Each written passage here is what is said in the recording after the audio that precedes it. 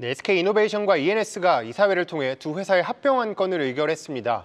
이 안건이 승인되면 자산 규모만 100조 원의 에너지 공룡이 탄생하는데요. 합병 후 시가총액 약 17조 7천억 원으로 이 코스피 22위까지 상승하게 됩니다. 그런데요, 이 합병 비율을 살펴보면 양사의 비율이 약 1대 1.2입니다. 시장에선 1대 2의 비율을 예상했던 만큼 비교적 합리적인 선에서 결정됐다는 평가도 나오는데요. 자, 이노베이션의 소액주주 입장에선 이 정말 유리한 비율이 맞는 건지 자세히 짚어드리겠습니다.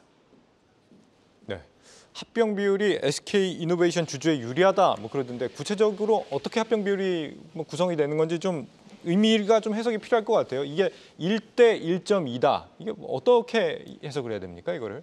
네, 일단 양사의 합병 가액부터 살펴보면요. 일단 네. SK이노베이션이 11만 2,396원, 그리고 SKENS가 13만 3,947원입니다. 이 두 개를 비교해보면 이제 1대 1.2라는 거고요.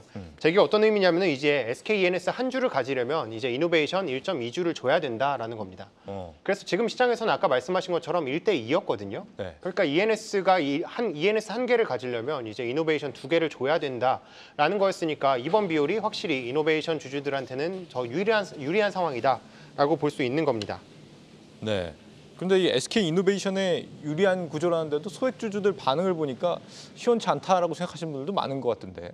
네, 맞습니다. 일단 SK이노베이션의 가치를 더 높게 평가할 수도 있었다라는 건데요.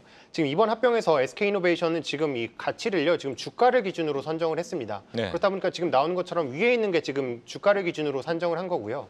밑에가 자산 가치를 기준으로 산정을 한 거거든요. 지금 자본시장법상 따지면은 저렇게 24만 원으로 자산 가치를 따졌을 때 더 많기 때문에 이렇게 따져보면은 1대 0.55가 됩니다. 그러니까 SK이노베이션 주주 입장에선 보다 더 나은 가치로 평가를 받을 수 있었음에도 불구하고 지금 주가를 기준으로 평가를 받았기 때문에 우리가 조금 손해를 본 것 같다라는 지금 입장 좀 느낌을 받으실 수 있는 거고요. 네. 다만 지금 SK이노베이션 측에서는 외부 기관의 좀 감정이나 이런 걸 통해서 지금 평가를 받은 것이다라고 밝혔습니다. 그리고 만약 합병을 반대하는 경우에는요, 이달 12일부터 26일까지 반대 의사 접수할 수 있고요. 8월 27일부터 9월 19일까지 행사할 수 있습니다. 이 주식 매수 청구 가격은 11만 1,943원입니다. 오늘 회사 측에서 설명회 같은 게 있었잖아요. 어떤 얘기가 있었던 겁니까? 네, 일단 이거에 대해서 양사가 가진 수익력이나 미래 성장성 감안해서 비율 산정한 거다라고 얘기를 했고요. 네. 또 왜 자산 가치가 아니라 시가를 기준으로 했느냐, 여기에 대해서는 시가를 기준으로 결정하는 게 원칙이고, 그래서 외부에 좀 자산 가치를 적용해야 되느냐 이렇게 문의를 해봤는데 특별한 이유가 없다라고 해석을 했습니다. 그리고 사실 상황을 보면은 지금 SKENS가 사모펀드 KKR로부터 지금 3조 원 정도 지금 빚을 지고 있는 상황이거든요. 네. 그래서 이걸 좀 고려할 때 어느 정도 눈치를 봐야 됩니다. 그래서 이노베이션한테 너무 유리하게 비율을 줄 수 없었을 것으로 보이고요. 그리고 또한 간담회에서 지금 KKR이랑 그래서 합의는 좀 어느 정도 이루어졌느냐라고 물어보니까 우호적인 분위기에서 좋은 방향을 찾고 있고 이에 대해서 특별한 변수는 11월 합병 이전까지는 없을 것으로 보인다라는 답변까지 들어봤습니다. 이사님, 지금 SK이노베이션이 합병 발표 이후에 주가가 오히려 좀 뒷걸음질 치고 있는데요. 네. 이거 어떻게 보세요, 이 부분? 네. 그래도 두산에 비하면은 양반이죠. 네. 네, 두산은 두산 로보틱스에 비하면은 정말 양보를 많이 한 것 같습니다. 예. 네, 오늘 시장에서는 1대 2 정도로 생각했는데 1대 1.2가 나왔고요.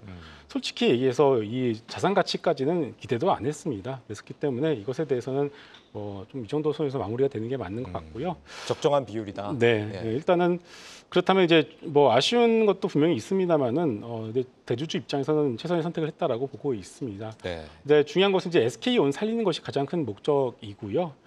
그렇다면 이제 주가 측면에서 놓고 본다라면 지금 이제 한번 이제 이벤트가 현실화된 거 아니겠습니까? 네. 그렇기 때문에 소위 말해서 세론이 나올 수밖에 없는 상황이고 또 하나 이제 미국 시장이 급락이 나왔잖아요. 예. 그렇기 때문에 이전 같았으면 약간 좀 시세가 연장이 되었을 수도 있겠습니다만은 워낙에 미국 시장이 안 좋게 끝났기 때문에 이런 어떤 좋은 이벤트로 인해서 갭상승이 나왔을 때는 일단 팔고 보자 심리가 더 강할 수밖에 없다라고 볼 수가 있겠고 또 하나가 네. 앞서 우리가 짚어봤습니다만 이제 KKR이 가지고 있는 어떤 3주에 대한 변수 그리고 가장 중요한 또 이벤트가 하나 남아 있는데 바로 이제 SK온의 상장 문제입니다. 네. 이 SK온 역시도 이 3주에 대한 RCPS로 이제 가지고 있는 게 있거든요. 이것도 마찬가지로 이거를 상장을 전제로 해서 받아놓은 거기 때문에 이걸 상장을 못하게 되면 다 뱉어내야 되거든요. 그래서 이것에 대한 어떤 변수들, 여러 가지 변수들이 워낙에 많기 때문에 결국 시장이 가장 싫어하는 것이 바로 불확실성 아니겠습니까? 여러 가지 어떤 변수들 내포하고 있는 상황에서 이벤트에 의해서 갭상승이 나왔다. 당연히 매도로 대응할 수밖에 없는 것 같습니다. 그래서 일단 SK 이노베이션 주가의 어떤 주가만 놓고 본다라면은 당분간 좀 더 바닥에 좀 더 기어갈 가능성이 높을 것 같습니다. 네, 감사합니다. 정 기자 오늘 주제 어떻게 좀 정리해 볼까요? 사실 이사님도 말씀 주셨는데 최근 뭐 두산 로보틱스와 밥켓의 합병에서도 지금 이 지배 합병 비율이 문제였습니다. 그래서 네. 오늘도 이 두산 밥켓 방지법이 이른바 발의될 예정인데요. 자, 이번 건에서도 과연 이 소액주주들이 많이 소외되고 있는 것 같습니다. 그래서 오늘 한 줄평은 개미는 뚠뚠 오늘도 뚠뚠으로 마무리하겠습니다. 네.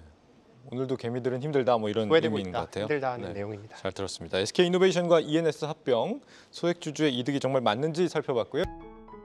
계속해서 다양한 경제 이슈를 알고 싶다면 구독과 좋아요, 알림 설정 부탁드립니다. AI 캐스터 권미정이었습니다.